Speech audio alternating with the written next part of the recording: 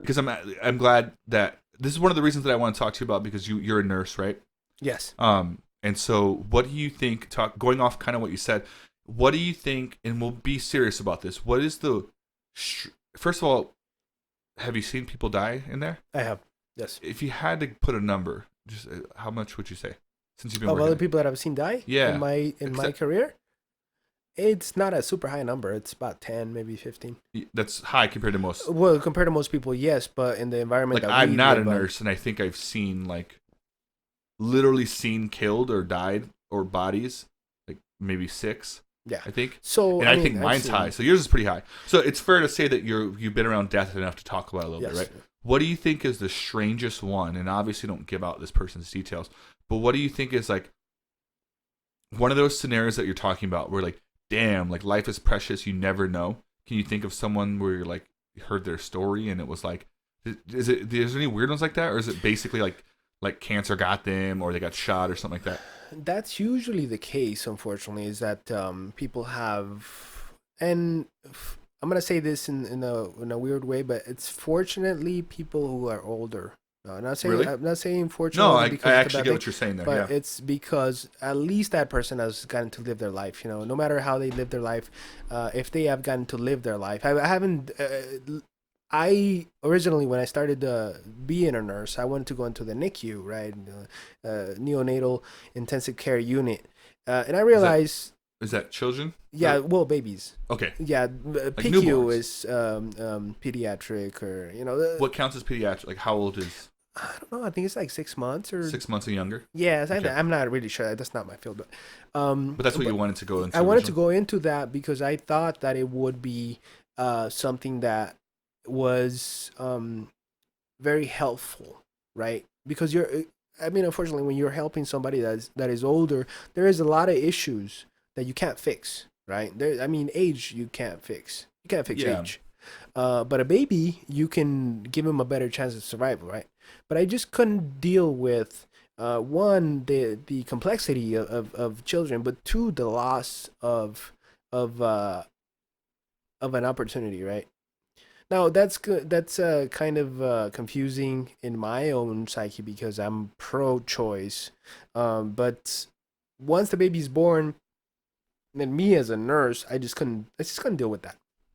That, and I don't like giving baby shots or children shots because So did that's you do it and not like it, or traumatic. you never did it? I never did it. Well, I did do it as a clinical day, which Mhm. is what you do in during nursing So, school. like, You go through all going the through levels. nursing school helped you realize that it isn't what you wanted to do? Yeah. Gotcha. Yeah. And going through nursing school and then going through classes, so understanding like the background, Mhm. the book smart part. It made me understand that I didn't really want to do that because I don't have the.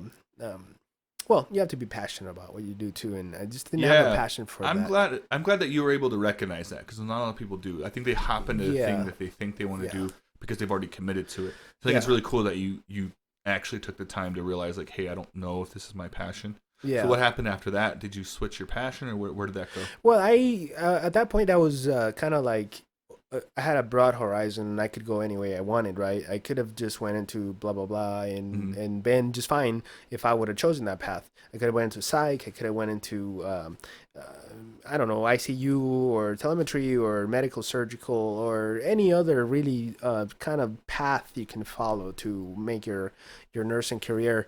Um, but I always wanted to be in ICU, even though it scared the crap out of me. And the reason it scared the crap out of me is because I didn't understand that it is a learned, um, it is learned, like path. Are you in the ICU now? I am in the ICU. I started Okay. in the ICU. So, but this is what I always thought, and this is what I think most people think when they graduate nursing school. They think, oh my God, the ICU is for the smartest people, right? The people who get the best grades in college, the people who are doing the best, right? But in reality, when you're in the ICU, the book smart is only part of it.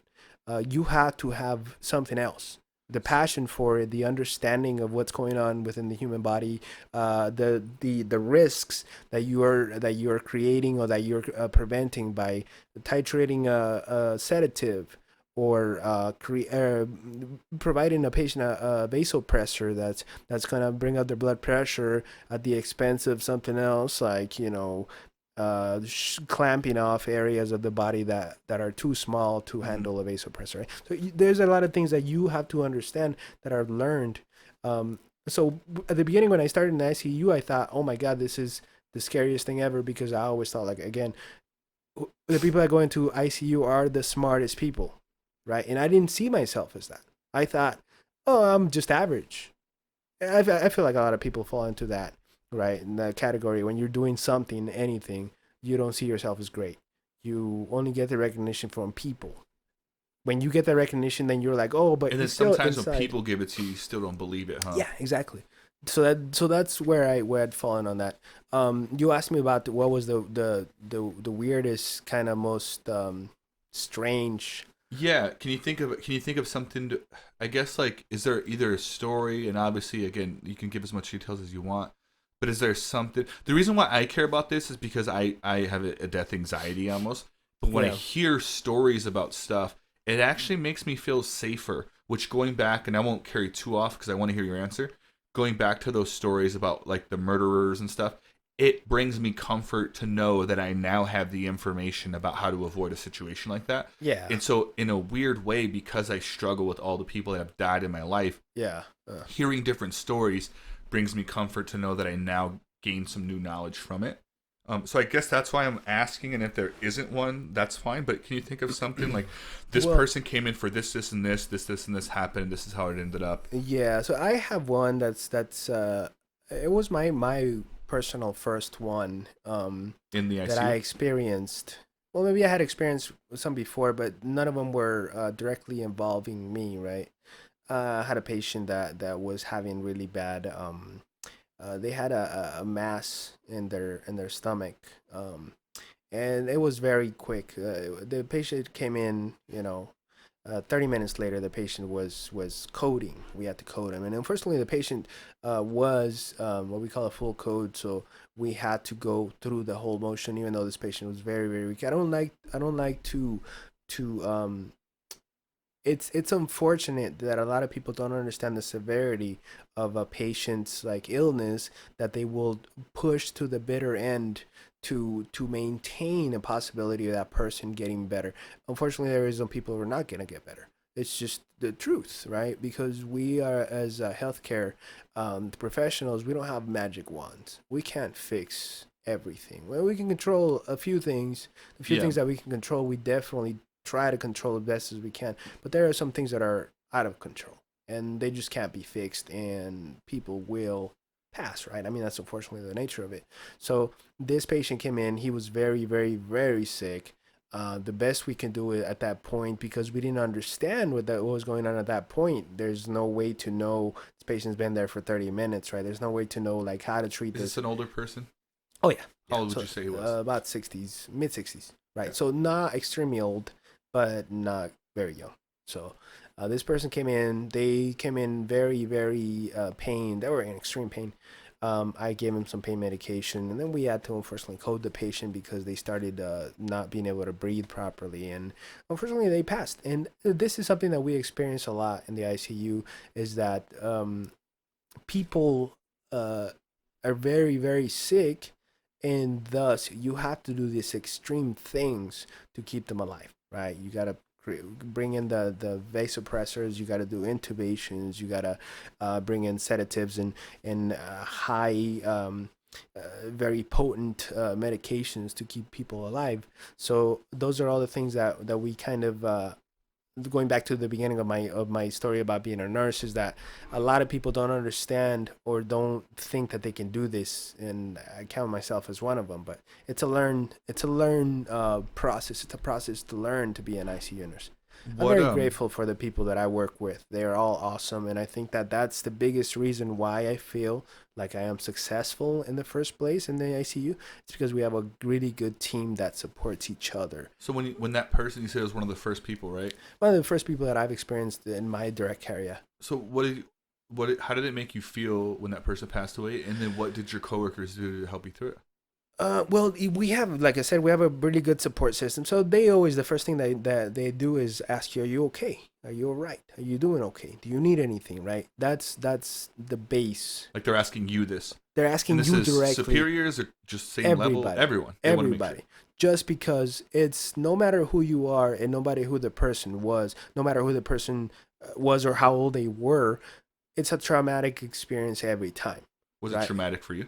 Of course, yeah. And so Every one of them is because you don't want people to die. As a nurse, and did you feel unfortunately, like you could do more? Like, did you get that same feeling like you do maybe at the when a be- friend passes away or at something? the initial reaction when the person passes, yes, and you feel like that every time. You feel like, what else could I have done? Yeah. But then you come to the realization afterwards that, hey, I couldn't have done more. This was gonna happen eventually, and that's just a prolong it. And that's, again, unfortunately, one of the situations in the ICU is that people are in there, and sometimes they're in there too long because the family or their friends or whoever doesn't want to let them pass because they have a hope that the patient will get better. But unfortunately, like I said, on some situations that's just impossible. Are there situations where they do get better? Oh yeah, well, people in the ICU get better all the time. Yes, definitely. I mean, I would say 90-95% of the people that go to the ICU What would you say is a get sign? better. First of all, if you don't know, say that. But do you think there's something, as someone who works with this a lot, right? Let's say I had a family member that's like struggling and they're in the ICU. Maybe Yeah. they're in there often. I don't know how the ICU works. If I'm someone that's considering, because a lot of times the family has the power to decide if Yeah, this yeah, person's going to That's fight exactly it or go what home happens. and die in peace, Yeah. right? Yeah. Is there something that we should look out for? Like, is there a thing, or is it kind of a gamble every time? Is there something like, hey, if they're this way, then and they want to let them go home, in your opinion, or is it always, should you always fight for every single person? What do you think? What's your opinion on that? No, I don't think you should fight for every single person. So, what would be the way to know? It's a very individual case. The way to know is to listen to the healthcare team as a whole, right? More than you're listening to the person? Like, let's say it's my dad, and he's dying, and he says, "Do not let me die. Like, I just want to be around." Oh, and I'm emotionally attached to that. But let's say the doctor's like, "Hey, man," he like, no one comes out of this. So Like, who should I listen to? there's a an option in there, because I'm not saying everybody should just let them all go. No, if you want to continue, that's up to you. Yeah, You want to push it to the. I think I kind of know that, but I guess I'm mostly pointing to the part of like if someone's struggling, if the power is in their hands, is there a way to know, or do you just kind of go with your gut? Like, what's your personal feeling about that? What's my personal feeling? Yeah, what would you, let's say literally it's me. You're talking to me right now. If my dad's dying, you know that people with whatever he has never make it. And I'm like, dude, I don't want him to die. Like, I don't want him to die. I need him. And he asked me to keep him around because I want to have a connection with him. What would you tell me? It's our personal duty as healthcare professionals to let you know things how they are, exactly how they are. Like, No not matter emotional. how, no Like, you matter just how say these are the blunt. facts. What do you Well, want to do? emotion plays a part in it afterwards, right? I know you're going through whatever you're going right now. This is gonna be very hard, and I understand you 100%. But I want to tell you really the truth, because I'm not here to give you any lies or to make it seem something that it isn't, right? That's our duty. I have to tell you that. But let's say you weren't my nurse. You were literally just my friend, but you have your same mind. Yeah. What would your advice be to me as a friend? As a friend, if As a friend, literally, my dad's dying, and you know the things you know, but you want to talk to me about it. What would you tell me? This is based on the information. This is the best course of action, right? He's gonna need this. He's gonna need that. And I'm talking about like specifically about end of life care. When you're talking about giving the patient like morphine and Ativan, pain control, anxiety control, stress control. Do you feel comfortable telling the people that you love, whether it's your friends, family, or whoever?